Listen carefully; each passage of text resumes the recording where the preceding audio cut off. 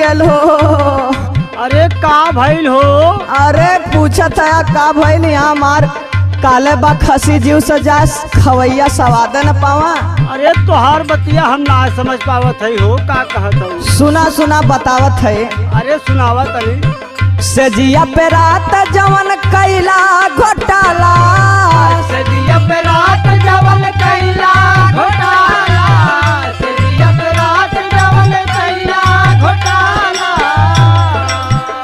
का बताई राजा हो का बताई पिया, का बताई राजा बहुत कमरिया दुखला। का बताई राजा बहुत कमरिया दुखाला, का बताई राजा बहुत कमरिया दुखाला।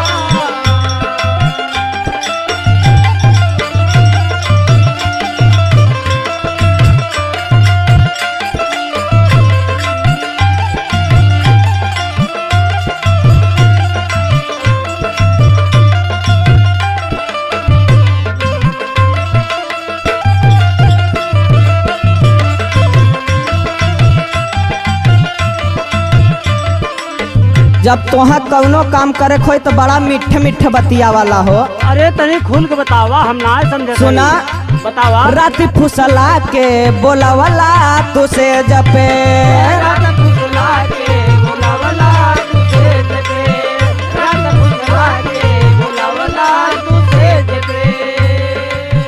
कई दिला राजा सिगने चर तू पे जपे, कई दिला राजा सिगने चर तू पे जपे, कई दिला राजा सिगने चर तू पे जपे।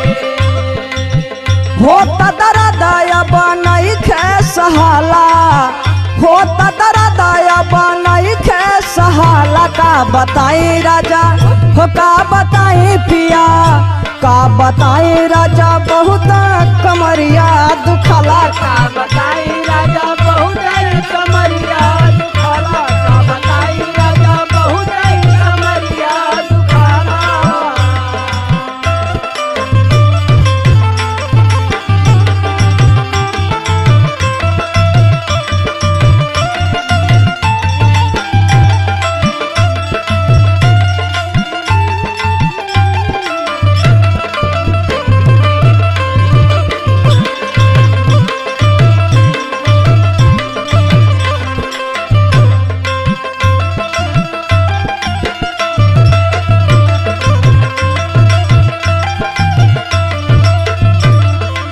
सुना सुना पहले हमार बात ध्यान से सुना। परेशान ना हुआ तो है मछली शहर से दवाई ले आए दे, ठीक हो जाबू एकदम। अरे तुम मछली शहर चाहे जौनपुर चाहे आजमगढ़ चाहे जहाँ से लेके आओ, लेकिन भेदौरा से मत ले आया। बतावा काहे के? सुना वहाँ के बंगलिया डॉक्टरवा ठीक बा खाली, और क्यों ना बा हो। अच्छा अच्छा अच्छा, वहीं से ले आए दे। सुना जाके लियावा दर्द के टैबलेट हो, जाके लियावा दर्द का टैबलेट हो, जाके लियावा दर्द का टैबलेट हो। अगर आना कानी करबा सोचे लगबा अरे माई रे सोचबा तो लेट हो जाई, सोचे में हो जाई राजा जी लेट हो। सोच में हो जाई राजा जी लेट हो, सोच में हो जाई राजा जी लेट हो। हो गड़बड़ता जपिहा तुम्हारा, हो गड़बड़ता जपिहा तुम्हारा। का बताई राजा हो का बताई पिया, का बताई राजा बहुत कमरिया दुखला। का बताई राजा बहुत कमरिया दुखाला, का बताई राजा बहुत कमरिया दुखाला।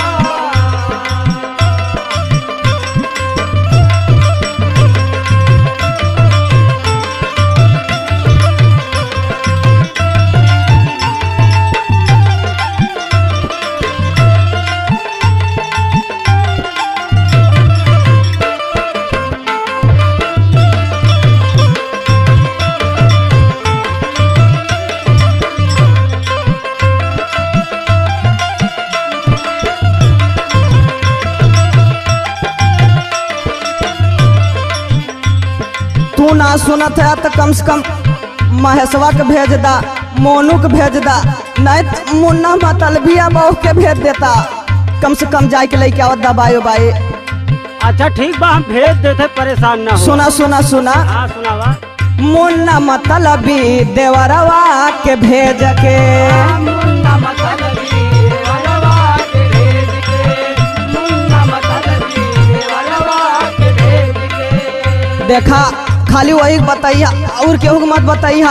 अरे वो तो बड़ा बदमाश है मुन्ना। सुना वही खाली बताइया और चोरी से मंगाइया, नहीं सब जान जाए तो मजा ले लगी, तोहरो मजा ले हमरो मजा ले। हाँ समझदारी वाली बात करते हो। चोरी से लइहा बतैहा सहेज के, चोरी से लइहा बतैहा सहेज के, चोरी से लइहा बतैहा सहेज के। वही नया रामाया ऐसन बुझाला, अरे माही रे जनवानी करी गल, परेशान भी हुआ। वही नया रामाया ऐसन बुझाला, का बताई राजा हो का बताई पिया, का बताई राजा बहुत कमरिया दुखला, का बताई राजा बहुत कमरिया दुखला, बताई राजा बहुत कमरिया दुखला, बताई राजा बहुत कमरिया दुखला, बताई राजा बहुत कमरिया दुखला।